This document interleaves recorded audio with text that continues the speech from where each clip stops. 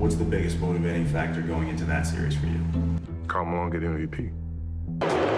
And the other forward, 6'9" from Louisiana Tech, Karl Malone.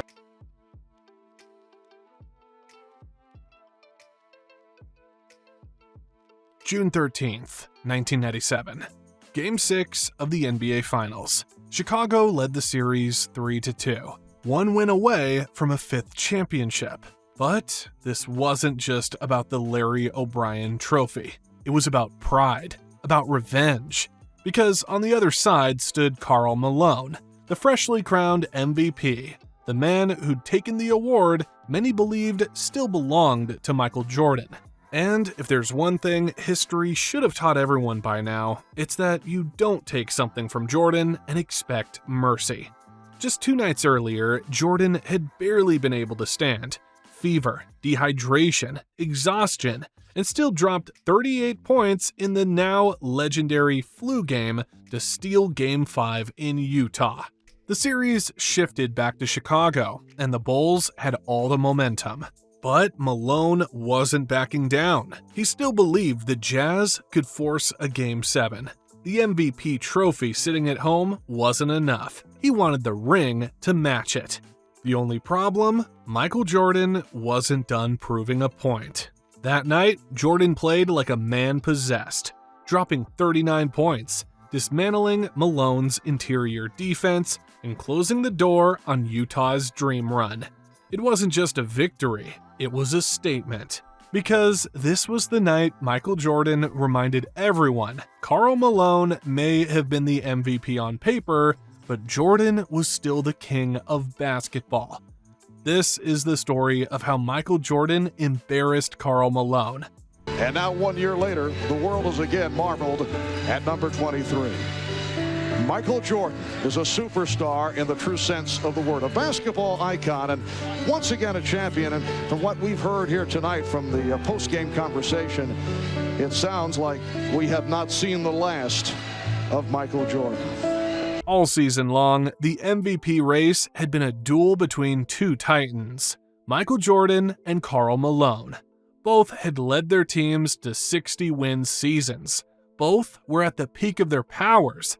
But when the votes came in, it was Malone who edged Jordan for the trophy. To most, it was a changing of the guard, a new face at the top of the mountain.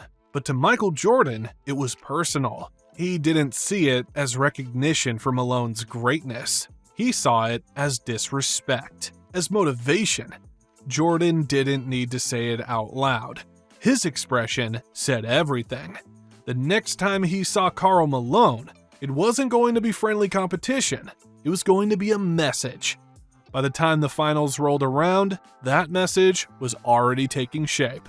The Jazz were tough, Stockton orchestrating like a surgeon, Malone punishing defenders inside. Utah took 2 games at home, tying the series 2-2 and swinging momentum their way. The narrative started to shift. Maybe Malone really was the best player in the world. And then came Game 5, the flu game. Jordan was fatigued, hunched, barely able to lift his arms during warm-ups. He looked done, finished. But when the game tipped off, something flipped. Through sheer willpower, Jordan dropped 38 points, dragged the Bulls across the finish line, and silenced Salt Lake City.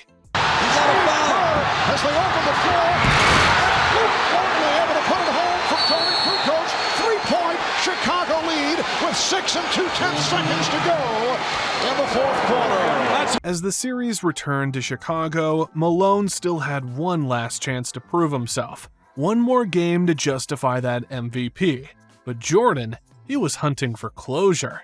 By the time the series reached Game 6, everything had come down to legacy. Not just who would win the championship, but who would be remembered as the best. For Karl Malone, this was supposed to be his year. He had just been crowned league MVP, finally breaking Michael Jordan's 2-year reign. It was validation for years of dominance. The bruising post-ups, the relentless rebounding, the unbreakable chemistry with John Stockton. Malone wasn't just the mailman anymore. He was the face of Utah's rise, the man destined to dethrone the GOAT. Do you feel you let yourself down, or the team, or the city? No, I don't feel it at all. I've had a hell of a year, and I'm not going to let anybody second guess that, because when you start doing that, you might as well quit, and I'm not a quitter. I don't feel that. I felt I came out and I played hard. I didn't have the kind of series I would like to, and everybody will say whatever they want to say, but not at all. I came out and I tried to play hard every night, and sometimes the shots might not be there or the free throw, but the effort was there every night. So, no, I don't feel like I let anybody down. If they do, to hell with them. Larry Bird said to me before coming into this series that there was a huge pressure difference between the Western Conference Finals and the Finals. Did you feel that? But that award came with a shadow, because as long as Michael Jordan was still in the league, every title, every accolade was questioned. The MVP was nice, but a ring was what made legends. If Malone could win the finals, he'd silence every doubter who said Jordan still ran the NBA. Lose, and he'd forever be remembered as the man who got close but never conquered. Jordan, however, took the stakes personally. The MVP loss to Malone wasn't just a headline, it was fuel. He felt disrespected, overlooked, and underestimated. What's the biggest motivating factor going into that series for you? Karl Malone get MVP. Congratulations, Karl Malone, 1996-97 NBA Most Valuable Player. So we knew immediately where this was going. I'm not saying he wasn't deserving of it. All I'm saying is that fueled the fire in me and say, okay, you think he's the MVP? Okay, fine, no problem. At 34 years old, people whispered about decline, about the next generation catching up. But Jordan wasn't ready to hand over the throne. He wanted to remind everyone that greatness isn't voted on. It's earned on the biggest stage. This wasn't just another finals. It was the defining battle between the game's two most dominant forces. Malone, the challenger with everything to prove, and Jordan, the champion with everything to protect. History doesn't remember the runner-up, and both men knew only one legacy would survive the night. Mark, with these reports, I feel like I should probably be the doctor, but reporting on Michael, he's back in rare form, took yesterday off, rested, was that shoot around today, giving guys a lot of stuff, and so he's back in rare form. He told me that the only thing he was worried about was maybe his rhythm might be a little off. So I suggested maybe have a piece of bad pizza and try to play sick. He said, bad idea, he'll play just the way he is. From the opening tip, Michael Jordan came out locked in. Eyes sharp, movements precise, and every step calculated. There was no sign of fatigue from the previous game, no hesitation in his rhythm. The first few possessions set the tone for the entire night. Jordan didn't look for the highlight plays or the dunks. Instead, he went straight to his bread and butter, the mid-range. Utah tried to throw Brian Russell at him early, hoping his length and energy could slow him down. But Jordan treated him like a practice cone. 2 dribbles, shoulder fake, elevation, jumper. Nothing but net. On the next trip, it was an elbow shot from the right block. Then a pull-up in transition. Every shot was clinical. Every move, precise. Now Jordan trying to go to work on Russell, and he does. Still pretty good defense by Brian Russell. Every time. And here's Jordan. Yes. Karl Malone, watching from the paint, could feel it. Jordan wasn't playing to test the defense. He was dissecting it. Chicago didn't need flash. They just needed Jordan to get to his spots. And he did it over and over again. Even when Utah adjusted, sending doubles off screens, Jordan countered with surgical patience. Scottie Pippen was picking up on the offensive end too, and contributing consistent shots from the inside of the arc. It's a 4-point Jazz lead. Isley is playing for Stockton. On a sec with the shot clock running down. Meanwhile, Malone was fighting for position inside, trying to get going, but the difference in flow was obvious. Where Malone's buckets looked like work, Jordan's looked effortless. Every mid-range jumper felt like a message. This was still his game, and he wasn't about to hand over anything to the new MVP. Anybody else's numbers are going to seem irrelevant. Pippen. The basket counts and the foul. So Jordan decided to open the second quarter with a burst. After grabbing a tough rebound, Jordan took off down the court. One defender backpedaling, one look ahead, and he exploded to the rim for a fast break layup through contact. The crowd roared as he jogged calmly back on defense, already locked into that familiar playoff rhythm. here's Michael Jordan.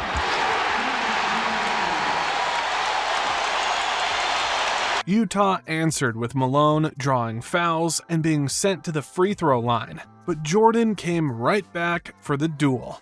With the shot clock running down, he faced Malone at the top of the key.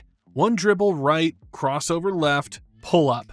Malone reached late and fouled him on the release. The jumper rimmed out, but Jordan had made his point. Shot clock at 3. Here's Jordan putting moves on Malone and fouled. Well, Karl Malone went outside to defend on Michael Jordan and picked up a second foul. You could just see the electricity in the arena. Then came one of the few times he went beyond the arc. Late in the quarter, Jordan found himself with just a sliver of space at the top of the key. Without hesitation, he pulled the trigger, a confident, high-arcing three that splashed clean through. Just under 3 minutes remaining in the first half. Jordan for 3. Yes. Still tough to get a feel on the physical. And with a few seconds left on the clock, the crowd erupted as Jordan buried a smooth mid-range jumper at the buzzer. Pure rhythm, pure control. He turned without a smile, walking back to the bench as if it were routine. Directing traffic. Out of 3. Here's Jordan getting the step and hitting. 0.6 of a second remaining. All Malone and Rodman bumping each other. Malone, however, was dealing with Dennis Rodman, the Worm, who is known for his physicality and ability to get under players' skin, had gotten into entanglement with Malone before the quarter ended. Seen immediately indicating at least one technical and then checking it over. Let's see. By halftime, the scoreboard showed 44-37, with Jazz maintaining a 7-point lead. But Jordan and the Bulls were seeing red and were looking to take over the second half to take their 5th championship home. The second half began with a different kind of energy. The Jazz were desperate. They knew this was their last chance to extend the series, but Jordan came out looking like he could smell the finish line. Jordan opened the third quarter by cutting straight into the heart of Utah's defense. Posting up near the free throw line, he backed down Brian Russell, spun into the paint, and rose for a fadeaway over 2 defenders. The ball floated perfectly, all wrist, all control, and dropped clean through. The crowd at the United Center roared, sensing the shift. And finishes with the fadeaway. So Michael Jordan has 20. Next possession, Jordan grabs the rebound and pulls the moves on Jeff Hornacek on the wing. A quick hesitation dribble, then a sharp crossover to his right. Hornacek froze. Jordan glided straight to the rim for an easy layup, high off the glass. Just like that, he had the Bulls rolling again. Jordan putting moves on Stockton. Jordan putting moves on Hornacek and going the distance.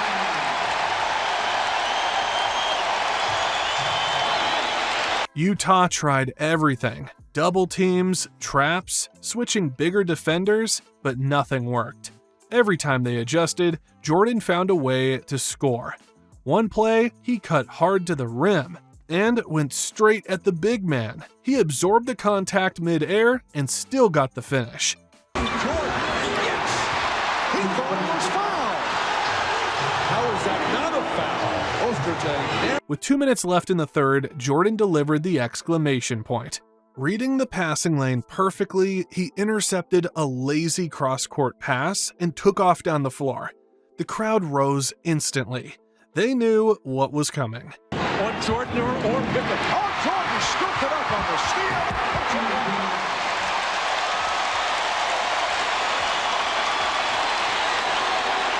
it wasn't just 2 points. It was momentum, the kind of play that broke opponents' spirit. Jordan had officially taken control, and Utah could feel it slipping away. By the end of the third, Jordan had turned a tense finals matchup into a personal showcase. The crowd stood on every touch, waiting for his next move. He entered the fourth quarter with 28 points and 9 rebounds. The United Center wasn't just watching a superstar anymore. They were watching a man who knew the championship was within reach. And he wasn't about to let anyone else write the ending. However, you can't give him baseline. He's too quick. He beats the defense to the basket. You have to force him to the middle and get help from that next defender. And there is Scottie Pippen. Right now, Scottie's sitting down, replaced by Judd Bushler. Sitting down with The fourth quarter was a war. Every possession mattered. Every shot felt heavy. Malone and Stockton kept the Jazz alive with their trademark pick and roll, while Jordan answered with the same calm, punishing rhythm that had carried him all night. Back and forth they went, trading baskets. The tension in the United Center thick enough to cut. With 3 minutes left, the game was tied, and Jordan took over once again. On the right side, he backed down Byron Scott, felt the contact, spun over his shoulder, and drilled a mid-range jumper with perfect balance. The crowd erupted, the Bulls up by 3. Yes! And the Bulls lead by 3, 84-81. Next trip down, Jordan went right back at him. Same setup, this time near the elbow. One hard dribble, stop, elevate. Another jumper, same result. Nothing but net. It was vintage Jordan, methodical, ruthless, and unstoppable. Jordan. Yes. The Bulls 86 and the Jazz 83. Utah refused to fold though. Suddenly, the game was tied again in the final seconds. The Bulls called timeout. Out of the huddle, everyone knew where the ball was going. Jordan brought it up. The crowd on its feet. 5 seconds remaining. The Jazz sent a quick double, and for a brief second, Steve Kerr flashed open near the top of the key. Jordan kicked it out. Perfect timing. Perfect pass. Kerr rose, released, and buried the jumper. The United Center exploded. Bulls by 2. Here's Jordan. Did not have the shot. Kerr does. 5 seconds remaining in the fourth quarter. The Jazz take a timeout. Utah had one last chance with seconds remaining, but Pippen read the inbound perfectly, jumping the passing lane and stole it clean. He dished ahead to Tony Kukoc, who took it in stride and slammed it home as the buzzer sounded. You'll recall he missed a very important shot in Game 4 that led to the Chicago loss to Utah. Remember the statement from Charles Barkley about a month ago? If he had a game on the line, one shot to take, the man to take it, according to Barkley, would be Steve Kerr. Well, he wanted it, and he told Michael Jordan in that huddle, as the barbershop told us, if my man leaves to dunk. The arena erupted. Confetti fell. Teammates swarmed the floor, and Jordan, 39 points, 11 rebounds, stood at the center of it all. Chicago had done it again. The Bulls were champions, and Jordan's legend grew even larger that night. He means a lot to me when I go out and play on the basketball court. He relieves a lot of the pressure that I have to deal with. I try to do the same for him. It's hard to take this MVP by myself. He's got to take half of it. I take the trophy, he may get the car.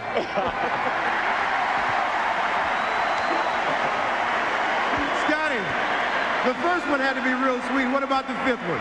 This one is great. It was a lot tougher for us, a very different. When the final buzzer sounded, the celebration inside the United Center was deafening.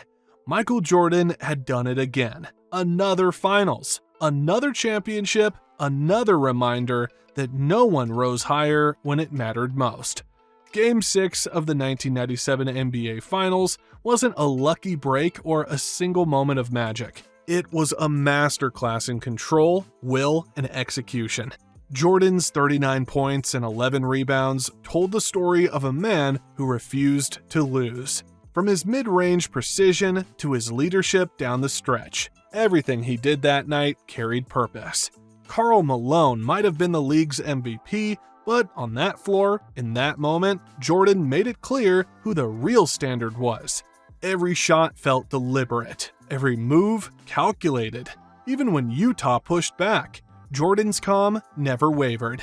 He guided his team through every storm, setting up Steve Kerr for the clutch jumper and sealing the title as Pippen and Kukoc finished it off at the buzzer. As the confetti fell and the crowd chanted his name, Jordan stood at center court, towel draped over his shoulders, soaking it all in. This wasn't just another ring. It was proof, once again, that pressure never broke him. It only revealed him. That night, Jordan didn't just beat Karl Malone. He owned the finals, owned the moment, and reminded the world why the game at its highest level still belonged to him.